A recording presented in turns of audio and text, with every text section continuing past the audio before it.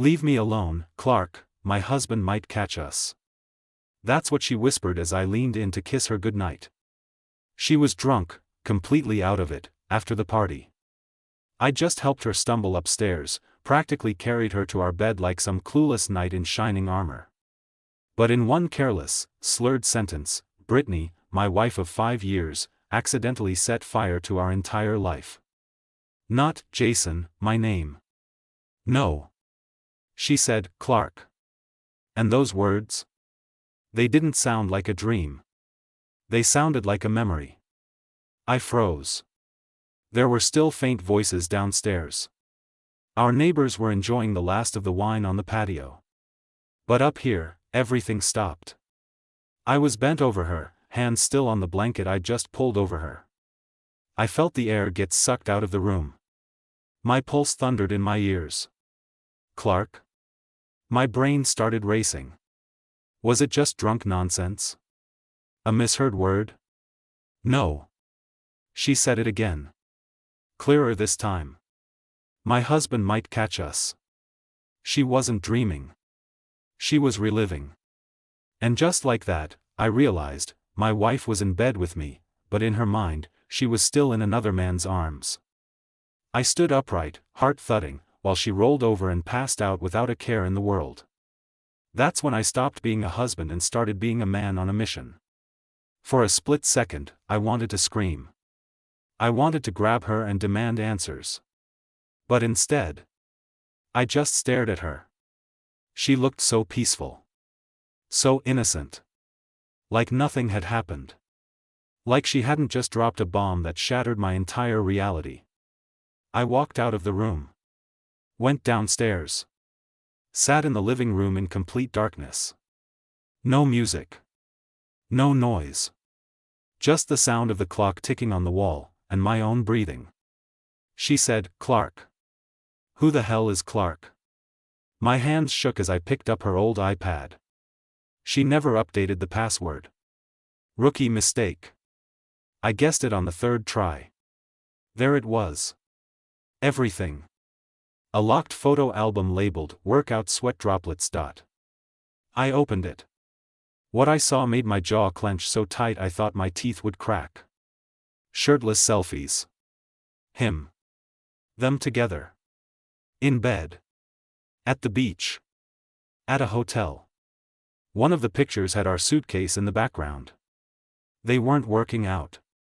They were working each other. 97 pictures. Videos.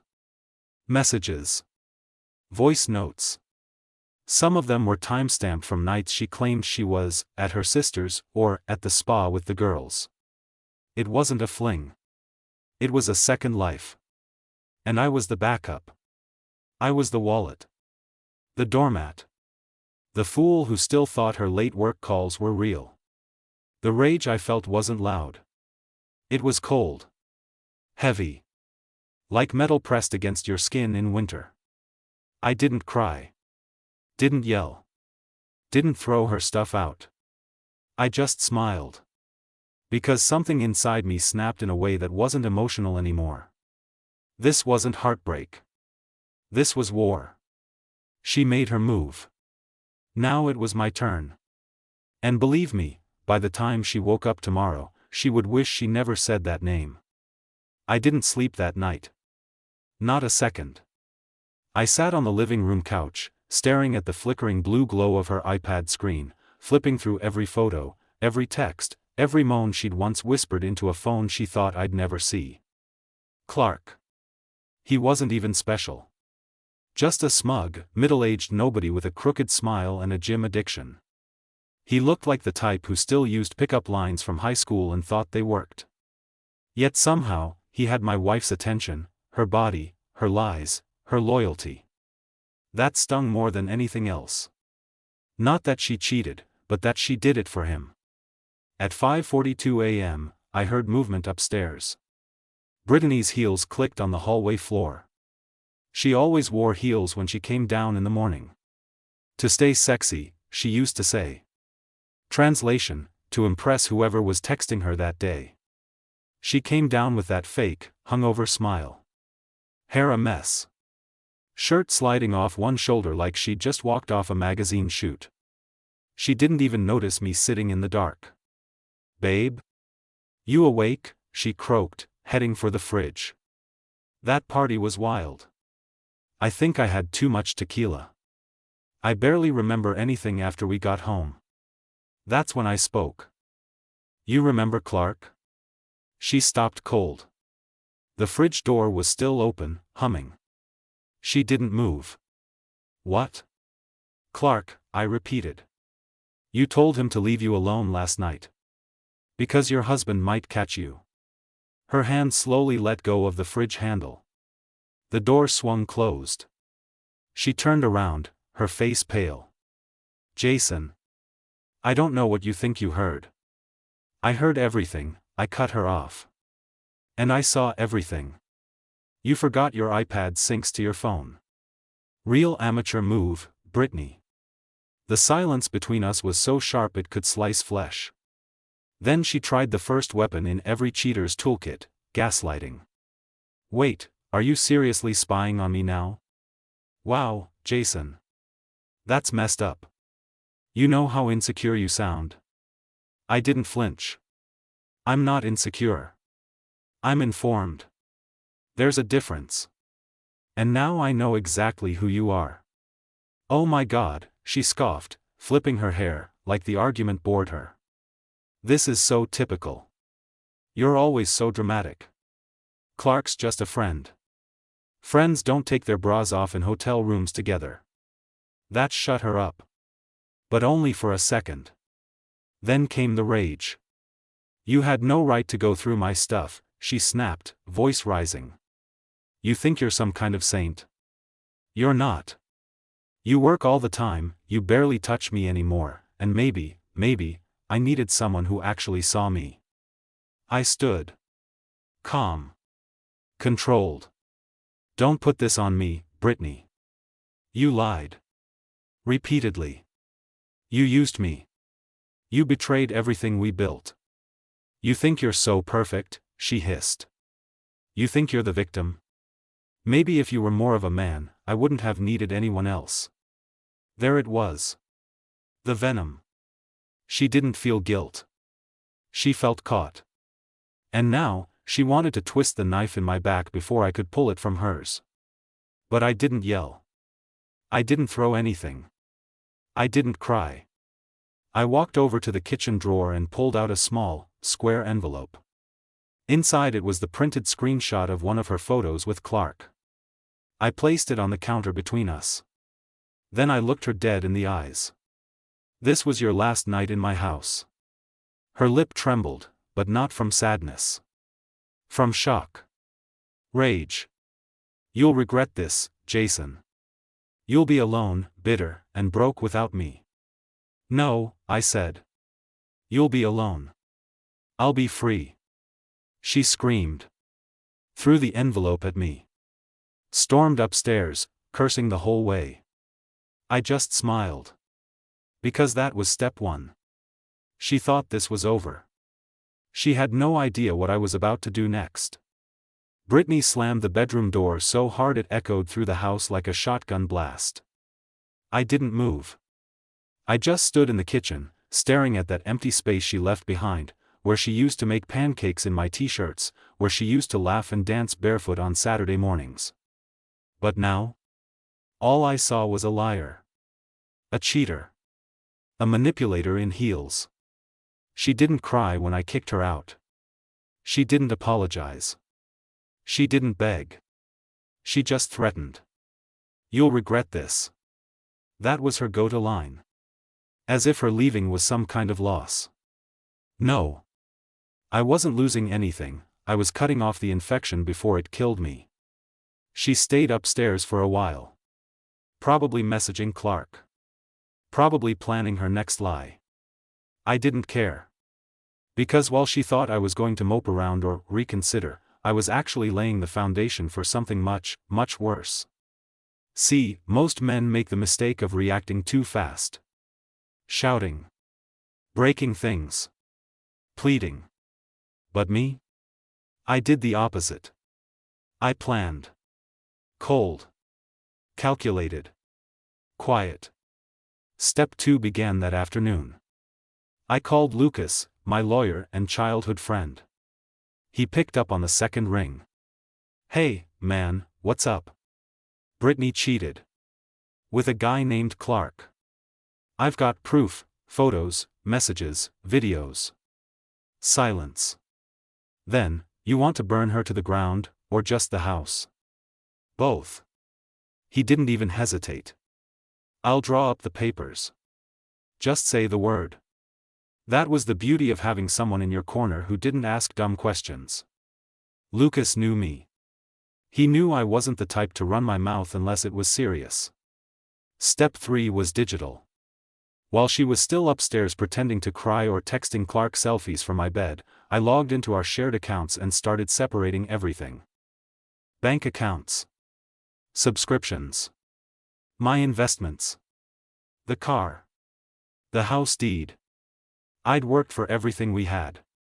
Brittany contributed nothing but drama and credit card debt. And I wasn't about to let her walk away with half of my life. Every password changed. Every security question updated.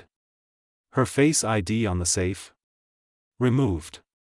And to top it off, I called the hotel where I saw the photos were taken, the Sheraton downtown, classy place, and booked a suite in her name. She didn't know it yet, but that's where the next act would take place. Around 7 p.m., she finally emerged, all dressed up in a tight black dress I bought her for our anniversary last year. The irony stung. "You're really kicking me out," she said, all fake tears and venom under the surface. "No," I said flatly. "I'm letting you go. There's a difference. You're pathetic." I nodded. "And you're packed." 2 suitcases stood by the door. I'd even folded her clothes. Gave her the respect she never gave me. She scoffed, grabbed them, and marched toward the door. Right before she stepped out, I handed her the keycard. "What's this?" "Hotel room. Sheraton downtown. Clark can meet you there." Her eyes widened. I smiled. "Oh, and Brittany?" She turned. "You might want to look around when you get there. I left you something special inside." She didn't say another word. She walked out. And that's when I picked up my phone and opened the security app. Live feed, room 1216. The hidden camera I installed 2 hours earlier showed everything. The bed. The minibar. The note taped to the bathroom mirror that read, "Smile for the camera. Clark too. This time, I'm watching." She was going to learn that I don't cry over betrayal. I build bonfires with it. It took exactly 34 minutes after she checked into that room for Brittany to let her guard down. She swiped the hotel card, rolled her suitcase inside, and did a little spin like she was entering a honeymoon suite. I watched it all from my phone, live. She didn't know the sleek black alarm clock beside the TV had a pinhole camera. Neither did Clark, when he showed up 15 minutes later with a bottle of cheap champagne and a bouquet of gas station roses. "Damn, babe," he said, slapping her backside as she kissed him. "This room's sweet. You book it?" She giggled.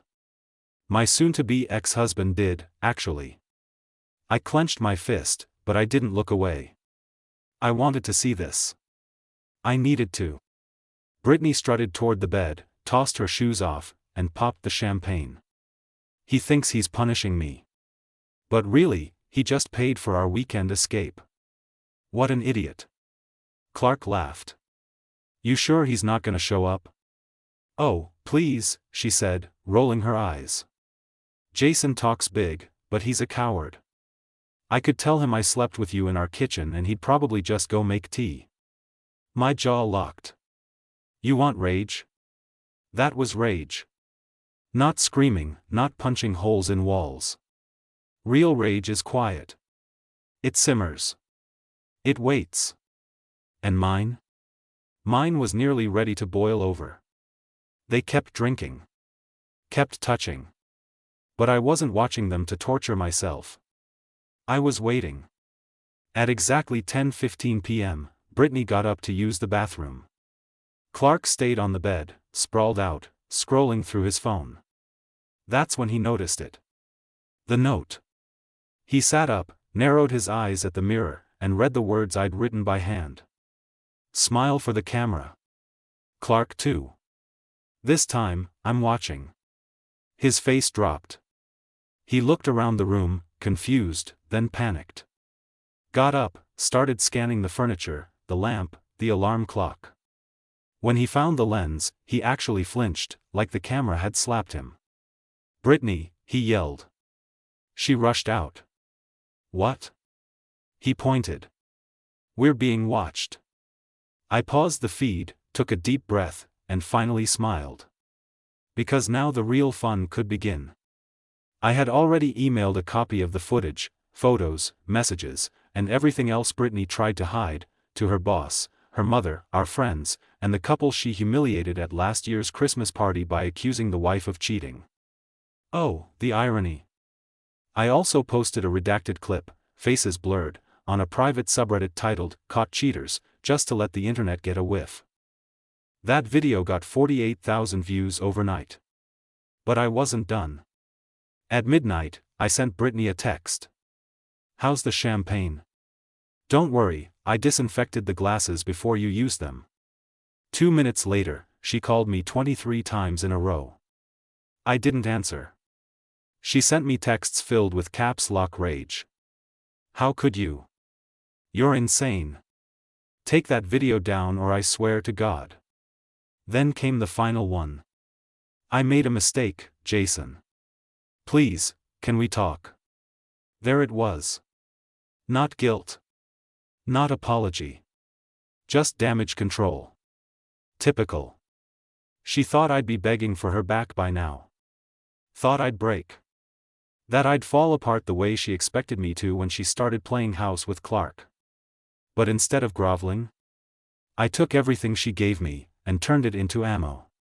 She looked into that camera and realized, for the first time in her fake little world, that she wasn't in control anymore. I was. And I wasn't just watching. I was pulling strings. The next morning, I woke up to 4 missed calls from her mom, 2 emails from her job's HR, and a single message from Brittany, just one line. "You went too far. Too far." She spread her legs for Clark in my house, laughed about it behind my back, used me like a credit card with a pulse, and I went too far? I didn't respond. She needed silence more than words. See, Brittany lived for control. The moment I took that away, she spiraled. And I wasn't done twisting the knife. I wanted her to drown in her own chaos, gasping for air while the world she built on lies collapsed, one brick at a time. Around noon, I got a call from Lucas again. Just got word from her lawyer. She's furious, wants to settle quickly. "You sure you don't want to drag this out?" "I want her gone," I said. "Fast and clean. Take the prenup, burn it into her forehead. Make sure she walks away with nothing but a receipt for her sins." Lucas chuckled.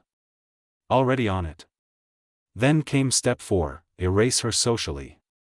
I logged into our shared social accounts. We used to be that couple, #couple goals, as her friends would say. Perfect smiles, beach vacations, candlelit dinners, staged affection. Every photo was a lie. So I made a post on her Facebook from her account before locking her out. Sometimes you don't realize you're the villain until the mirror shows you someone else's scars. I tagged Clark. Deleted every photo with me. Left the filth for everyone to see. Let the comment section burn. An hour later, her best friend Jessie messaged me. "Jason, what happened? Tell me this isn't real." I sent her the Dropbox link. 3 minutes later, "Oh my God. She told us you were the problem." Of course she did. Brittany never owned her mistakes, she renamed them. Twisted every truth until it fit her version. But now? She couldn't lie her way out. The evidence was permanent. Stamped. Time-stamped. Public. By evening, I'd already packed up every trace of her existence from the house. Her shoes? Donated. Her makeup drawer? Dumped. Her wine stash? Shattered on the driveway, her precious Merlot seeping into the cracks like spilled blood. I boxed up the wedding photos. Every fake memory. Every framed moment she ruined. I didn't burn them. That would have been emotional. Instead, I mailed them to Clark's apartment. No note. Just ashes in waiting. Around 9 p.m., the doorbell rang. I opened it slowly. There she was. Brittany. No makeup. Hood up. Eyes red. For once, she looked real, human. But I didn't feel a thing. Not pity. Not love. Just clarity. I just want to talk, she said softly. I don't, I replied. Jason, please. You don't understand, Clark wasn't, he meant nothing. I stepped outside, closed the door behind me. You cheated. You lied. You disrespected everything we built. You didn't just cross the line, Brittany. You danced on it. And now you're here because it backfired. I made mistakes. No. You made decisions. Repeated ones. And now I'm making mine. She tried to grab my hand. I pulled away. You think I'm cruel? Good. Maybe that's what it takes to finally scare people like you. Tears slid down her cheeks. I didn't flinch. You'll tell your version to your friends. Your mom. Anyone who'll listen. But I don't care anymore. Because I have peace now. And you? You've got nothing. She stood there, trembling. Then she whispered, I still love you. No, I said coldly. You love yourself. And not even very well. I turned and walked inside. Locked the door. Sat down. And smiled. Because that was the moment she finally realized, she lost a man who would have given her the world, for a guy who couldn't even book a hotel room. The next morning, I checked my phone to find 27 missed calls from Brittany. Not a single one answered. She had become what she used to mock, desperate, powerless, and uninvited. She went from bragging about Clark's abs to begging me to talk. And that's the thing about people like her, they only apologize when their lies don't work anymore. She didn't miss me. She missed control. The ability to twist the narrative, to play the victim while dragging me through hell. But hell was done. I'd dragged us both through the fire, and now only I walked out intact. By noon, I got a text from an unknown number. Jason, it's Clark.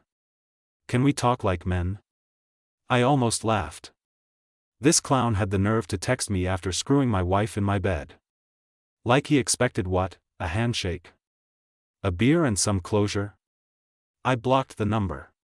That night, Brittany showed up at my parents' house.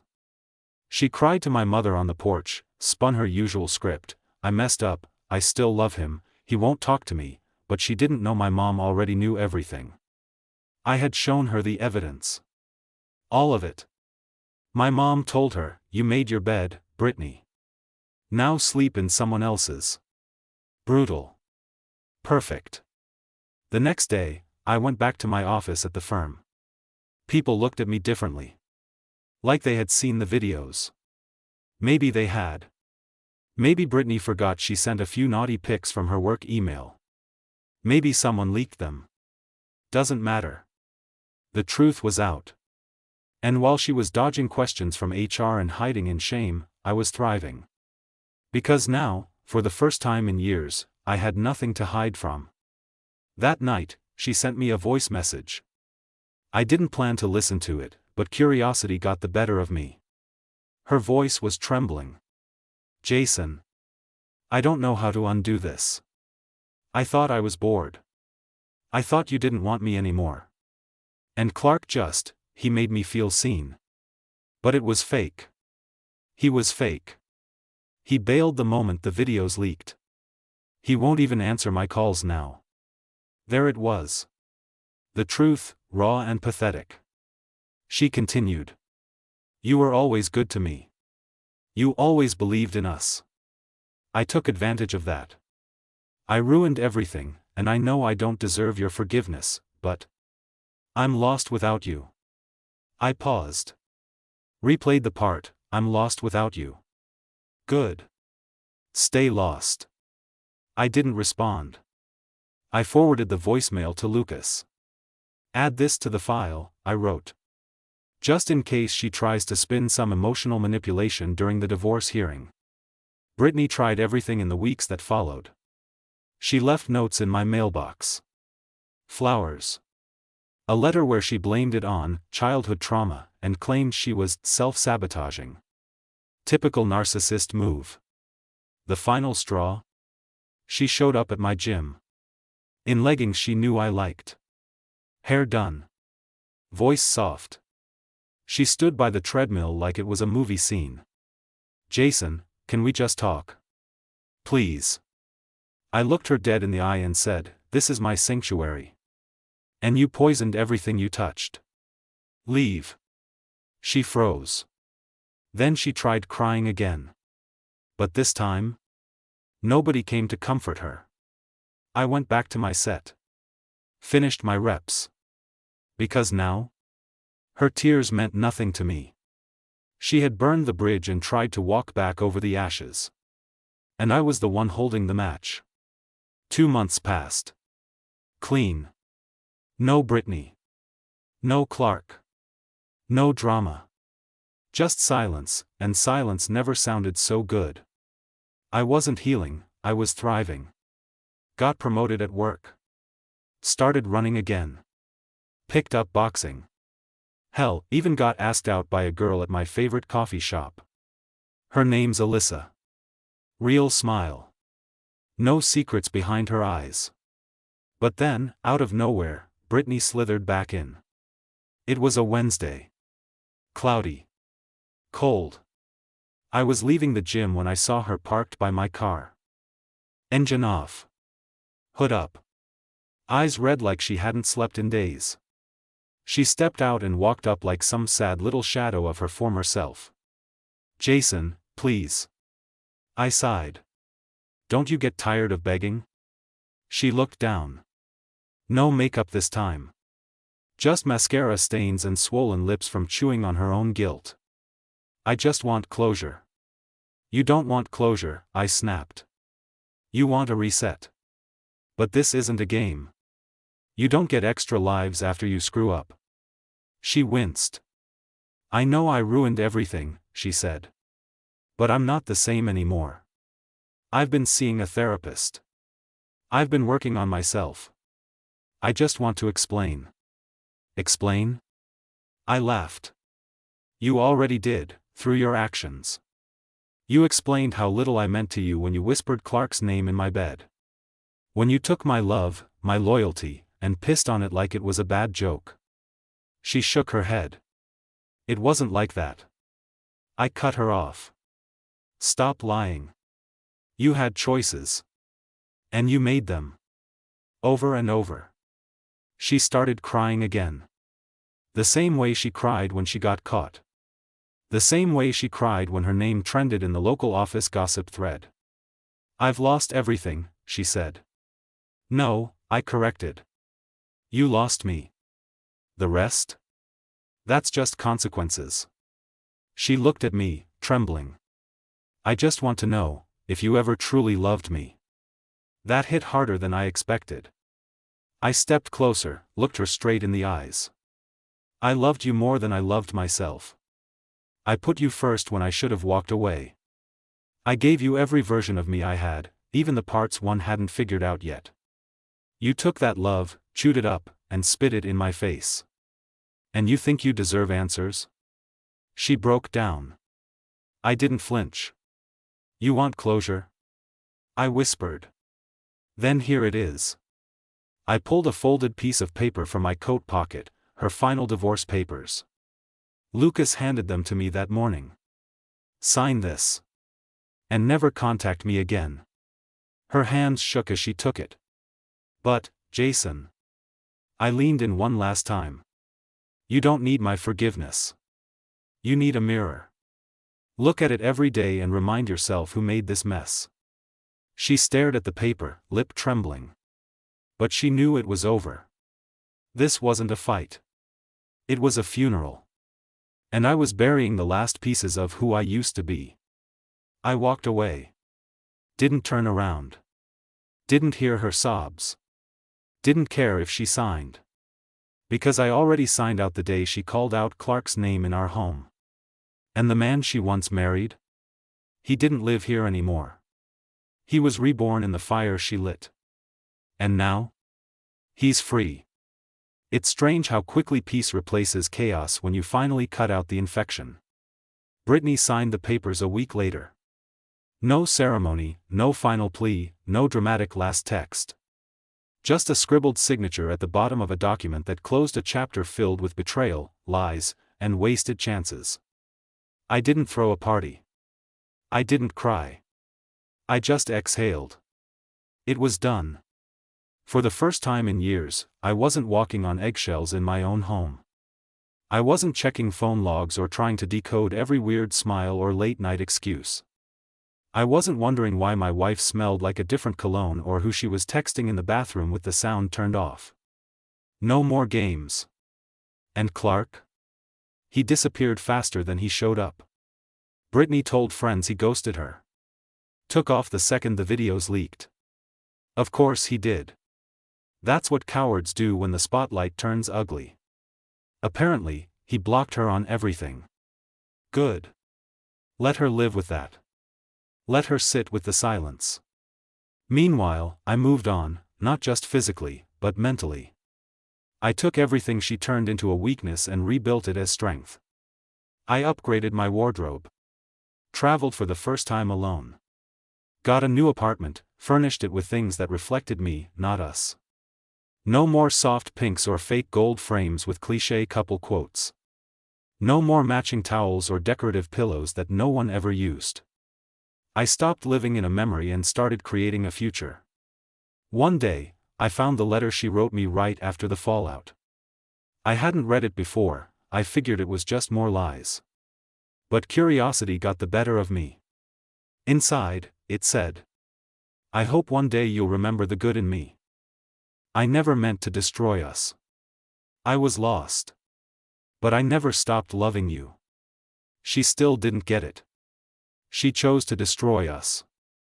Bit by bit. Lie by lie. Moan by moan. And now she wanted to repaint it all with excuses and self-pity. Like she was the victim in a fire she set herself. So I folded the letter, walked outside, and burned it. No rage. No pain. Just a flick of the lighter and a calm breeze as it turned to ash. Because closure doesn't come from apologies. It comes from accepting the truth, and letting go of the fantasy. Brittany was a fantasy. The dream wife. The perfect girl. The ride-or-die partner. But that was just the mask she wore. Underneath? She was hollow. Manipulative. Cruel in the quietest ways. And while I used to lie awake at night wondering why I wasn't enough, now I realize the problem was never me. It was her reflection. She hated what she saw in the mirror, and instead of fixing it, she cracked mine. So to the men reading this, to the husbands, boyfriends, or even the friends who've been lied to, cheated on, humiliated. Don't chase closure. Don't waste your breath trying to understand a broken compass. Heal. Rebuild. Become a version of yourself that they will never have access to again. And don't do it to prove something.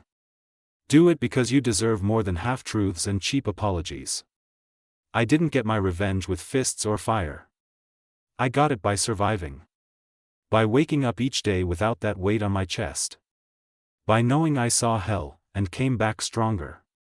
Brittany will always be stuck in the lie she created. And me?